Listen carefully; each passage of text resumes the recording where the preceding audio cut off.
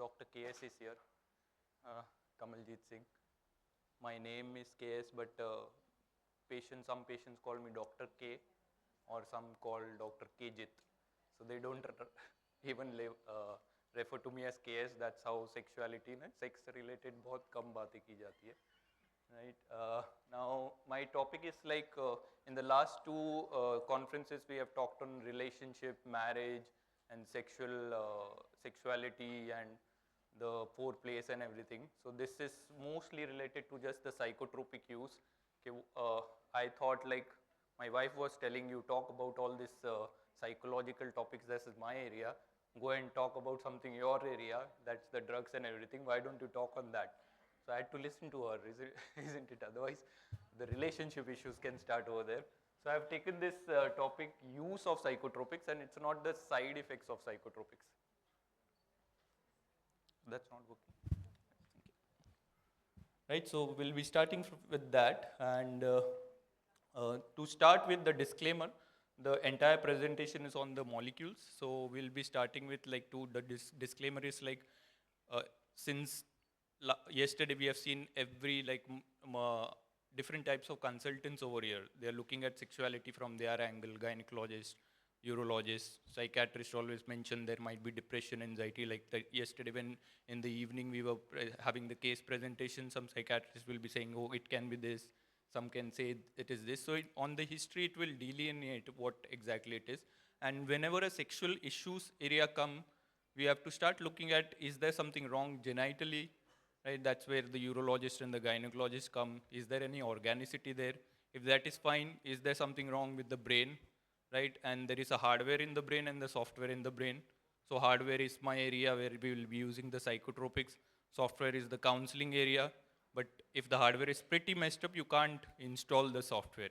So that is also we need to know. Then there is another area. Do I understand my brain and use it properly and appropriately in what is it needed for? In education, we are taught about using our brain for roti kapda makan, food, clothing, shelter, but the sexual thing is missing there. So how am I going to use my brain, understand my brain in relationships as well as sexuality? And it's very important because brain is a negatively biased organ. It always gives you negative information. So this topic on negativity bias in relationship, I'll be speaking after a couple of weekends in Pune. So people will be there, some will be there, some won't be there. So that is one aspect. So it's a pity that the generation of life, the sexuality is not taught, and the maintenance of life, which is the relationship and emotional management, it is not taught. So all we are learning about is how to gain that food, clothing, shelter. So with that disclaimer, we just focus our thing like if we give something, what can we give? So the major categories of psychotropics are just these four. Antidepressants, they are in inverted commas because they are used in depression, anxiety, OCD. So it is a broad terminology. Antipsychotics, dopamine antagonists most probably. They are used in schizophrenia, psychosis kind of thing. Mood stabilizers, they are called mood stabilizer. They don't really stabilize mood, but they work on the impulsivity. So they are like non-anticonvulsant type lithium and anticonvulsants like valproate group, carbamazepine, lamotrigine group. And the benzodiazepines, which we stay away from, they are the sleeping tablets, the addictive ones, and all the stigma is because of them. So out of these four, mostly we'll be using the antidepressants, which are usually used by any kind of consultants. The other three are specialists. So the fourth, I'm not counting the benzodiazepine, but antipsychotic mood stabilizers are preferably used only by psychiatrists. There are others like dementia, stimulants and everything. We don't go into that, but these are the major ones. If antidepressants, this is how they are classified into. They work on single neurotransmitter or more than one neurotransmitter. The single neurotransmitters we are aware of, either there are three neurotransmitters that we play around with, serotonin, norepinephrine, and the dopamine. So there is one, the serotonin reuptake inhibitors. There is something called a specific serotonin reuptake inhibitors, but people say that all the SSRIs also have other mechanisms, or they also influenced by other pathways, the other dopamine and the norepinephrine system. So they are pretty SRIs. Then norepinephrine reuptake inhibitors. This is new class SPARI, selective serotonergic partial agonist and reuptake inhibitors, and sorry, they are serotonin antagonist and reuptake inhibitors. So they are just working on the single neurotransmitters. More than one, they are specifically not combination of the serotonin norepinephrine. This is the NDRI. There is one molecule bupropion in that, norepinephrine, dopamine reuptake. There is something called as tynaptin. This works through the glutamatergic kind of pathway, and it is supposed to be SSRE, reuptake enhancer. There is the combination of these two, which is serotonin norepinephrine reuptake inhibitors, the TCS, the old generation antidepressants, MAO inhibitors, not many people use, we don't use them. NASA is non-adrenergic specific serotonergic antidepressant, which is more also known as alpha antagonist properties, which is mirtazapine. So these are the only categories that we need to know about. And out of that also, these are the ones that we don't use. The SARI goes out of picture because there are only two medicines in that, nefazodone and trazodone. Trazodone is usually used as an hypnotic, and nefazodone is stopped. They don't use it because of the liver toxicity. These are the antidepressant categories with minimal or no sexual side effects. So if you see that wherever serotonin is there, it goes out. Only left is over here. So all other things, serotonin is not there. So anything with serotonin, it will have sexual side effects. So norepinephrine reuptake inhibitors, there are two, reboxetine, atomoxetine. Reboxetine is not much used now, it is not available. Atomoxetine is typically used for ADHD, so this category goes out of the picture. Serotonin partial agonist and reuptake inhibitors, these are the two new molecules that have come, vortioxetine and vilazodone. You read on vortioxetine, you'll say, wow, what a wonderful drug. SSRI hai, NRI hai, 5-HT3 antagonist hai, 5-HT7 antagonism hai, sigma 1 receptor something it is there, and there is no sexual side effects. Wonderful, it doesn't work that way. So it also has 5-HT3 antagonism like ondansetron, but the biggest side effect of this vortioxetine is nausea and vomiting, so that you have to give ondansetron along with that in the first 10 days or 15 days, and they are not that effective antidepressant, vortioxetine. Similarly, it goes with the vilazodone. This is a good molecule to have, NDRI, bupropion. There is a new molecule which has come with a combination of bupropion and dextromethorphan. Dextromethorphan is a non-opioid antitussive. It has like NRI, SRI, but mostly related to NMDA antagonists like ketamine. So it is supposed to be acting fast. Only they have added bupropion to that because the dextromethorphan metabolizes itself very quickly, so it has a very short half-life of about 3 hours. So the 2D6 antagonism of the bupropion helps there. So, but again, I've used this in few, it's just recently come up, not good as the theoretically said that. Mirtazapine is one, dianaptin, Stablon karke aata hai brand, it has to be given at least 3 or 4 tablets in a day. I won't take an antibiotic also 3 times a day for 5 days. Forget about tianeptine being taken for 9 months, a year or something. So these are the, if you see minimal or no side effects, not good antidepressant or anti-anxiety properties in them. Even if you use mirtazapine is good for antidepressant. The doses available are 7.5, 15 and 30. The therapeutic dose of mirtazapine is 30 to 45. And it is a weird kind of molecule. Lower the dose, more the sleep, higher the dose, less the sleep. Because at lower doses, it's more specific at the H1 antagonism, the antihistaminic, and at higher doses, the norepinephrine reuptake inhibitor starts kicking in, so the norepinephrine goes up and your sleep decreases. But it's not very well tolerated because lot of sedation and lot of weight gain. So if you give this, people will say, okay, sexual side effect to nahi aaya, but neend aa gayi, main so gaya jaake. Right? The similar thing is over there, sexual side effects nahi hai, but itni ulti jaisa lag raha hai ki what will I do? Right? So it is very difficult to use these molecules. Then the other side, antidepressant that we use are SSRI group, you know, there's specific writtenly over there, depoxetine, which is only used for the premature ejaculation on SOS basis. I have not used any time. SNRI are these three. Milnacipran we don't get nowadays. Duloxetine I have not much used because it doesn't work that well as an antidepressant. These two, if you see venlafaxine and venlafaxine is also similar to SRI only at higher dose it has the NRI property, and that's where we label it as SNRI. So when we use venlafaxine, if you want to get the SNN component of that, you have to increase the dose beyond 225.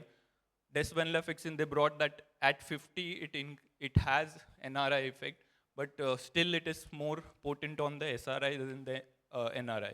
TCS, we have all these things, anticholinergic side effects, and all those things will come into picture. This we don't use. Myoinhibitors, there is one molecule from Intas, I guess, there is Trivon, which is available nowadays, but people don't use it because of the cheese reactions and fermented foods and everything. So there is very little left with us to be used.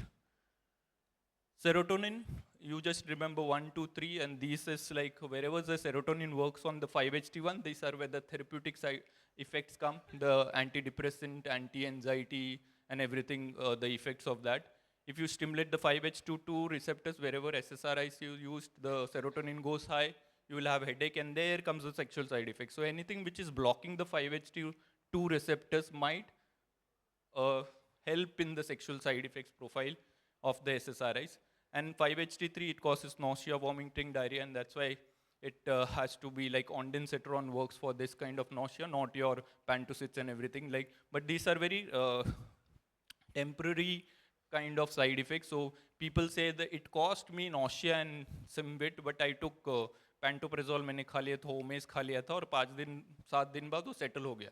That didn't work. It actually settles down on its own. Only ondansetron works on this kind of nausea because of the 5-HT3 antagonism. There's one more problem with SSRIs is the insomnia. So sometimes your sleep architecture is changed and you can't sleep and you can't do all some things if you get sexual side effects. So that one is like, doctor ये medicine मेरे को जगा के रखता है पर फायदा भी नहीं कुछ उसका रात को जागने का. So you can't have that thing because sexual side effects are kicking in. Right, the sexual response cycle, we all know this is it. Now specifically going into just the 4 aspects and where you can use what molecules. If we see, there are just a few, like the bupropion is one, and the SSRIs where we can use, and we know most of it, but we'll see what exactly, like pen pe likhna kya hai. If patient says that I need medicines other than nutraceuticals and everything, can we give something on the psychotropic aspect which can help the patient? So coming to the first part is if these issues are secondary to the psychiatric illness, you have to treat that first.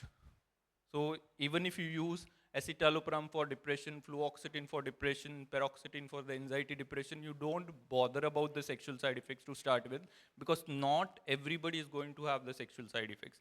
One of my patients is on 60 to 80 milligram of fluoxetine, and with other medication, he has some autism spectrum and with depression going on. And I asked, like, how is your sexual life? Is it troubling you? He said, no, that is absolutely fine. He has 2 daughters also, just the second born is 1 year old. So nothing, no problem. With 60 milligram, 80 milligram of fluoxetine, we'll expect कि कैसे नहीं हो रहा है, side effect होना चाहिए, पर नहीं होता है, right? So it is like, if there is psychiatric illness, go for the treatment, it will be fine. And then if it is helping them, because the depression and anxiety will also lower the libido, also cause erectile dysfunction. So when you get rid of that, this starts automatically. The brain is back to your normalcy, it starts working fine, and your sexual side effect is not there.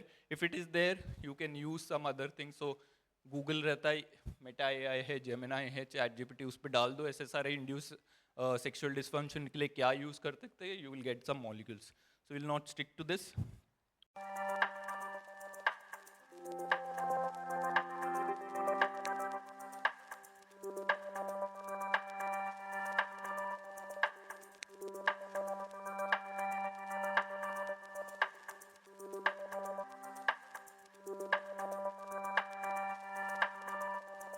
Going ahead in the desire, so anything goes high and low. So one is hypersexuality, right? Dr. Atul is taking on that, so we'll not go into that. Low desires, so you just need to stimulate the dopaminergic system. I'm not taking into account the hormonal picture, it's only from the psychiatric, only psychotropics. So only dopamine can stimulate. The best one is bupropion here. So it is available in 150 and 300 milligram sustained release preparations. The normal dose is 300 to 450. Beyond 300, you are okay not to go there. But if you start with, just start with 150 to be taken in the morning. Problems with that, if my desire is low but I'm having anxiety, so I might increase the dopaminergic stimulation and it will increase the N and D, the norepinephrine and dopamine. It can increase my anxiety, and that is a very bad anxiety. Bupropion can give rise to a very bad anxiety, and that will actually trouble कि वो sexual तो ठीक नहीं हुआ, ये anxiety और हो रही है. Anxiety की वजह से the sexual will be deteriorated. So he might curse you rather than giving you some praises for that. So, but this is one drug that you can use. Dopamine antagonists are there, like pramipexole and everything. But again, the side effect is of sleep sedation aata hai usse. So whether we can use amantadine is one. Stimulants are there, like the methylphenidate, very specifically used by pediatrician or psychiatrist for the ADHD medicine. But somebody was talking on the menopausal brain fog. There it can be used because medications are going to not see whether ADHD is there. It is only going to see whether the dopamine is low and what can I do in that. So if you are right on the track, ADHD, like ADHD also, there is no specific diagnosis for that. There is no specific test. So you just do on criteria. So I tell patients 99% do look like ADHD. We don't have any test. We'll do a chemical test. We'll give you methylphenidate.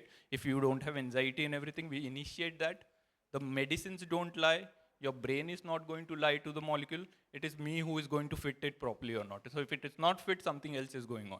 Like many people come to us with, I'm neurodivergent and I have ADHD. They show reels and we have to watch the reels. If you don't say, don't show me all that, doctor ne to dekha bhi nahi, wo kya treat karega? And then we feel that you don't have ADHD. I tell them, you don't seem to have, but what do you want? Do you want me to treat? They say, yes. Which molecule? This one. Let's see. Then I ask them, after 2 weeks, if you don't get well, what is the plan B? And then they say, nahi, plan B kyun chahiye? To kaam aane wala, everything fits. Fine enough. I feel there might not work, right? And if it doesn't, do you have a plan B? फिर क्या करना है?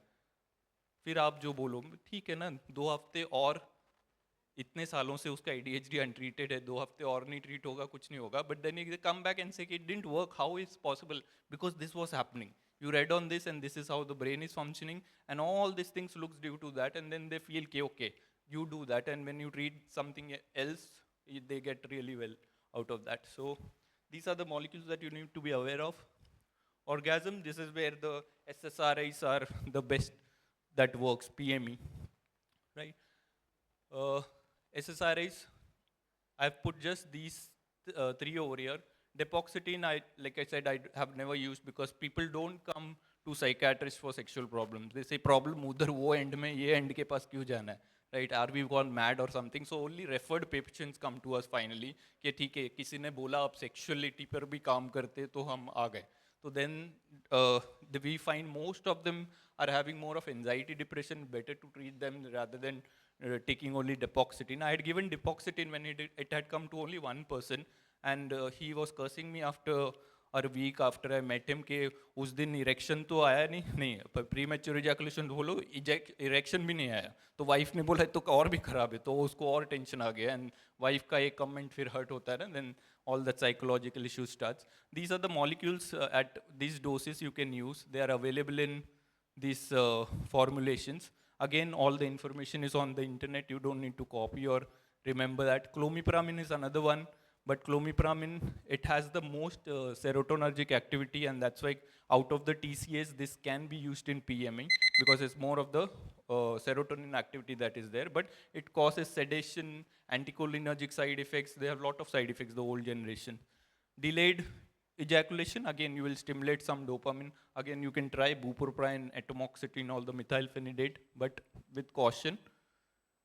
This is resolution. I'll not be talking on that. Postcoital dysphoria, orgasmic anhedonia. Post-orgasmic anhedonia can be considered as an orgasm issue where your body is orgasming, but having an ejaculation, but you are not getting an orgasm feeling. You might stimulate with the bupropion. It might get in sync with that body. Post-orgasmic, I think so, Dr. Pranay is going to talk on that. This is beyond the sexual cycle. Premenstrual dysphoric disorder. SSRIs are theoretically in textbook. You will see that during the luteal phase, SSRIs are given, and this seems to help. I have never used this. This is what low-dose antipsychotics, this is almost the second last slide, I guess. So these are the low-dose antipsychotics that help, like estrogen works on the brain like an antipsychotic, dopamine antagonist, and progesterone works like a GABAergic mechanism. So it is like two calming medicines, and that's why when somebody was talking on menopause, they told after menopause the psychiatric illness can increase, which is because the two calming effects are taken away, and all your things are happening. All the females sitting here will experience premenses something, and which is because of the sharp fall in the estrogen progesterone.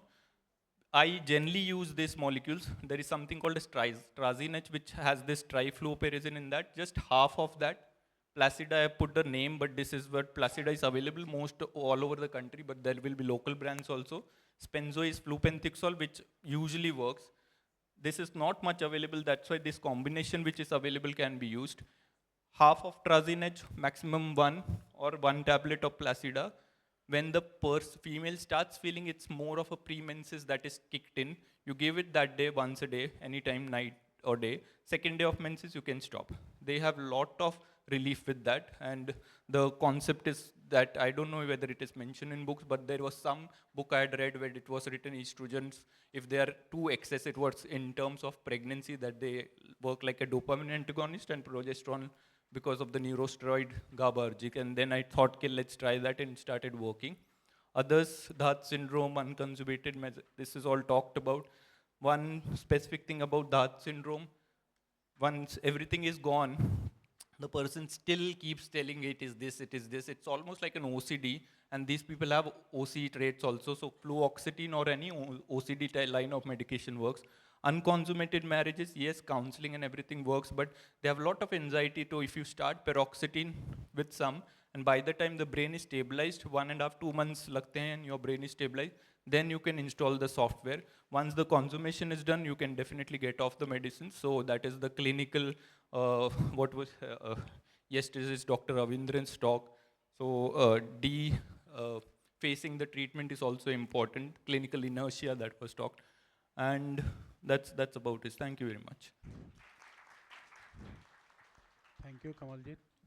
Kamaljit has explained in detail how to use psychotropics in sexual medicine. Now the session is open for discussion. Any questions, but not in detail. If it is very specific, then, because we are running short of time. No question, Okay. thank you. Yeah. You have some? Excellent presentation, really.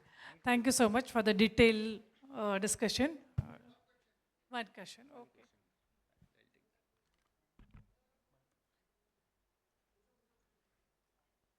Hello. Hello. Hi. Hello, Dr.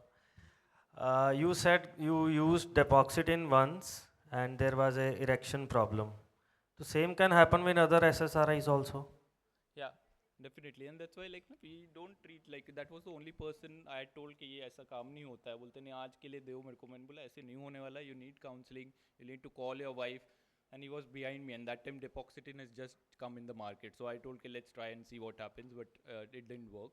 With SSRIs what happened you have that clinical setting where you have explained the patient that is the anxiety and when you're using for premature ejaculation in itself there's a component of anxiety. So when patients have reached till us there's definitely anxiety or depression, otherwise they will get counseled by your counselors, your general practitioners, your all that Plicit model is available by the primary care physician that the first contact, maybe the gynecologist or the urologist, and they get sorted there. Most of them get that permission giving from the friends also कि ऐसे होता है कुछ नहीं है. तो the people who come to the non-psychiatric doctors are one level and then to the psychiatrist is always there is some anxiety depression and then if you use that paroxetine at a lower dose or sertraline at a lower dose you start responding with the anxiety that is going down and then you see whether the sexual things are settling or they are increasing. If they are settling it's a part of the anxiety depression and then you can use PDFI or bupropion to add with and that combination works. If you feel it is increasing then there it comes what antidepressant now I select because the SSRIs works wonderfully well and if there is the problem then you look at the other antidepressants and you go for that but you have to explain that this medications have to deal with the hardware first The software is also important, and whatever happens, let me know. We will play with your neurotransmitters. Forget about the term depression, anxiety. What happens in brain is totally different when what we call it as depression and anxiety. So we'll be moleculating this and everything. And the best thing that you have to do is like to tell the person that this is your organ, which is like that. Once that is stabilized, then you can use that in a particular way. So SSRIs and depoxitin ka wohi. And you just said in premenstrual dysphoric syndrome, you don't use SSRIs. Why? SSRIs, when they say कि you have to use it in the luteal phase, they don't work that well. They don't But work I have like seen SSRIs working.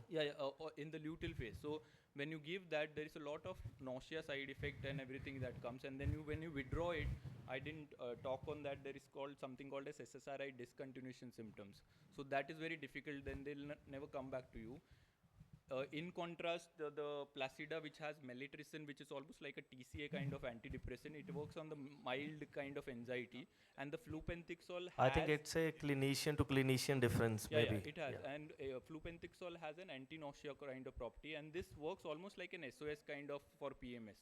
So that is what, like I told, I don't see sexual things. PMS wale mere paas specifically nahi aayenge, but with the depression, anxiety, somebody is having PMS, then I add this. It works that for the SOS only during the, whenever you feel like it is having, you start it, and 2nd day of your menses, you stop it. That's how it is. Okay. Thank you, Dr. Kamaljit. I request our chairperson to felicitate Dr. Kamaljit, and I request to Dr. Burgan be on the stage. Dr. Raj Brahmabhat can be on the stage. Dr. T.S. Rao, please be on the stage. This is just for a change.